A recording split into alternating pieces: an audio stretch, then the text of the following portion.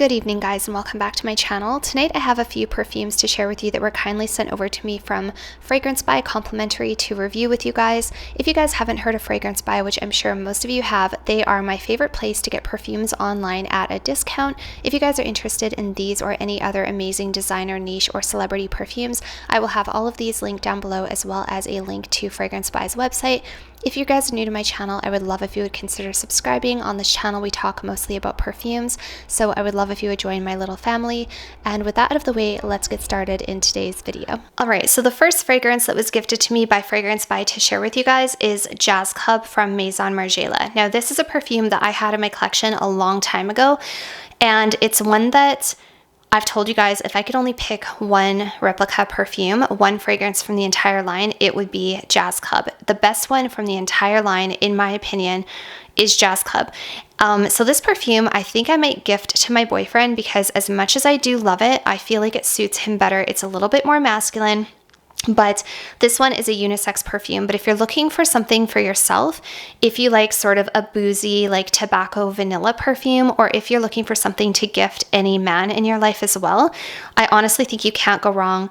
So many people love Jazz Club, you guys, and this is hands down one of the most sexy perfumes I think I've ever smelled in my life. It is designed to smell like heady cocktails and cigars in Brooklyn 2013, or to smell like a jazz club, which admittedly I've never been to a jazz club, but just smelling this perfume conjures up pictures of a jazz club for me, and it's exactly what I would imagine it to smell like. It also has pretty good performance, and it just smells amazing, you guys. So the notes that you have in here are pink pepper, neroli, lemon, rum, vetiver oil, clary sage, tobacco leaf, vanilla bean, and styrax. I love the style of the atomizer. I'll show you how it sprays. My room is going to smell fantastic after I'm done filming today, you guys. So this is Replica Jazz Club. I'm going to spray the box.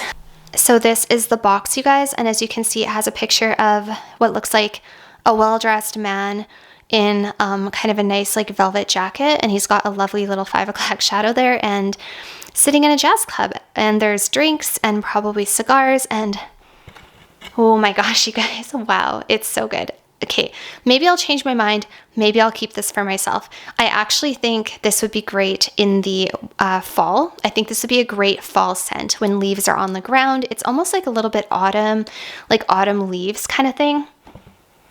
Oh my gosh. It's amazing. It smells amazing. So Jazz Club, you guys, 100% I recommend. Definitely check this one out if you haven't. It makes a great gift idea for any man in your life. And if you aren't interested in like more masculine smelling perfumes, maybe be a little bit careful. It does lean masculine in my opinion.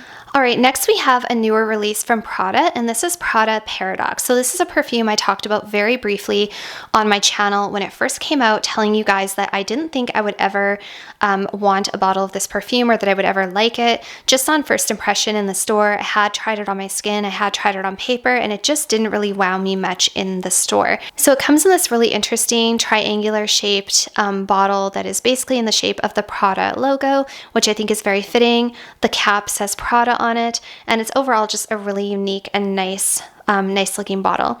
The notes that you have in here are pear, tangerine, and bergamot. In the middle you have orange blossom, neroli essence, neroli, jasmine, sambac, and in the base you have bourbon, vanilla, amber, white musk, and benzoin. Okay, so I think what threw me off about this perfume when I first smelled it was all the neroli. As you guys know, if you watch my channel, I have realized over the years that neroli and orange blossom, that combination together, but particularly neroli, is a scent profile that I have a little bit of a hard time with. I don't know why, but it seems like every perfume that's dominant in neroli ends up eventually leaving my collection, and I just struggle with it a lot. And this is quite dominant in neroli. This is actually a very like tropical, summery smelling perfume. I picked up on that right from the get-go, even though this was released in winter. I feel like releases of perfumes were all kind of skewed because of what's happened over the last couple of years. This is also a really, really strong fragrance. It's quite beast mode for the first little while. It doesn't stay beast mode. It eventually settles down later in the day and is softer and a little bit more wearable. But when you first spray this, it's very, very potent, borderlining on headachy. So if you're sensitive to scents like me and you find it easy to get headaches, be careful with this one. But if you're not somebody who's easily bothered by perfumes, who doesn't get headaches, I wouldn't worry about it too much. Something else that I picked up in here that isn't listed in the notes, but I picked up on it a little bit, was beeswax. I don't know why, but I pick up on like a waxiness, and I also pick up on sort of a honey note in here. I think it's just because that's how sweet it is. It's very sweet. It reminds me a little bit of Jean Paul Gaultier Scandal. It doesn't smell like Scandal, but it reminds me of that perfume. It's just that strong. It's that potent. It's that sweet.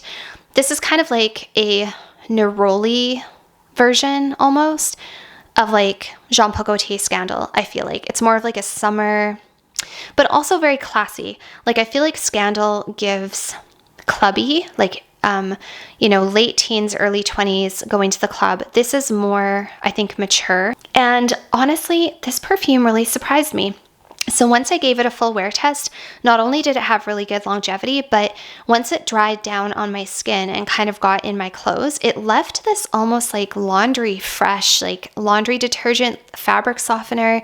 It wasn't potent or crazy or honey or offensive or headache inducing or anything the way I thought it was when I first smelled it. In fact, I smelled it on my gym shirt because I had tried a couple perfumes that day and somehow it rubbed off on my gym shirt. And I smelled it on my gym shirt like a week later. And I thought, what is that scent? Like, I thought this must just be my fabric softener. I thought, wow, that's really good fabric softener. And then I realized it was this perfume. So this actually becomes quite elegant, soft, floral, fresh. It's just that when you first spray it, it's really, really strong and potent. So that's my take on the Prada Paradox. I think it's beautiful. It really is an interesting kind of juxtaposition between super potent and heady and also super soft and fresh. The next one is kind of a cheapie and a bit of an older release. This is Reveal from Calvin Klein, so CK Reveal. Again, it's in a really interesting shaped bottle that just stands on its side, and it has a cap that is the same size and the same shape. It's just silver and it's metallic. And this perfume I've been wanting to try for a really long time because a lot of people had compared it on Fragrantica to Blue Turquoise from Armani Privé, which if you guys have watched my channel, you know that Blue Turquoise was one of my absolute favorite perfumes of all time. One of my best blind buy purchases.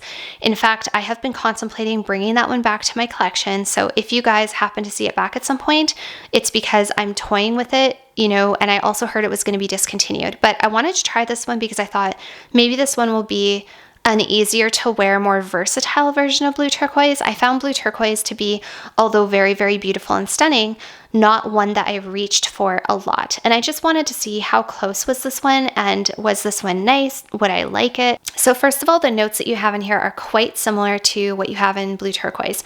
You have salt, black pepper, white pepper, pink pepper, ambergris, iris, cashmere, and sandalwood, musk, and vetiver. And this perfume is absolutely beautiful, and this is a great summertime perfume. So this is a very like powdery, salty, oceanic kind of a scent. I definitely get a lot of that iris in there. It really has this powdery, almost lipstick effect to it. And that kind of ocean water feel that I'm getting must be coming from the ambergris and the salt mixed together. The only thing that I'm not sure about is once it's on my skin, it can pull a little bit seawater, and I'm not a huge fan of seawater notes on my skin. Sometimes they can pull a little algae, if you know what I mean. Like there's an oceanic seawater scent, and then there's like algae scent, you know what I mean? And to me, once I get this on my skin, unfortunately, on my skin chemistry, it does pull a little algae. At the bottle, it's absolutely beautiful. And also on my skin, I do get a lovely, soft, kind of a sexy pink pepper and powdery lipstick kind of vibe. And then there's also this like soft cashmere base.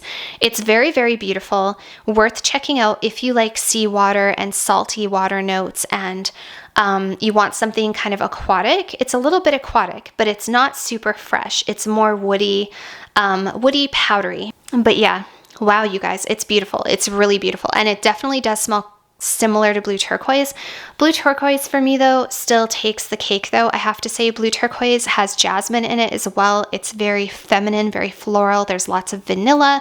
I don't think there's any vanilla in here. I don't pick up any vanilla. I don't see any in the notes. Blue Turquoise for me is more of a stunning salty jasmine vanilla, where this one is more of a driftwood kind of vibe, if you know what I mean.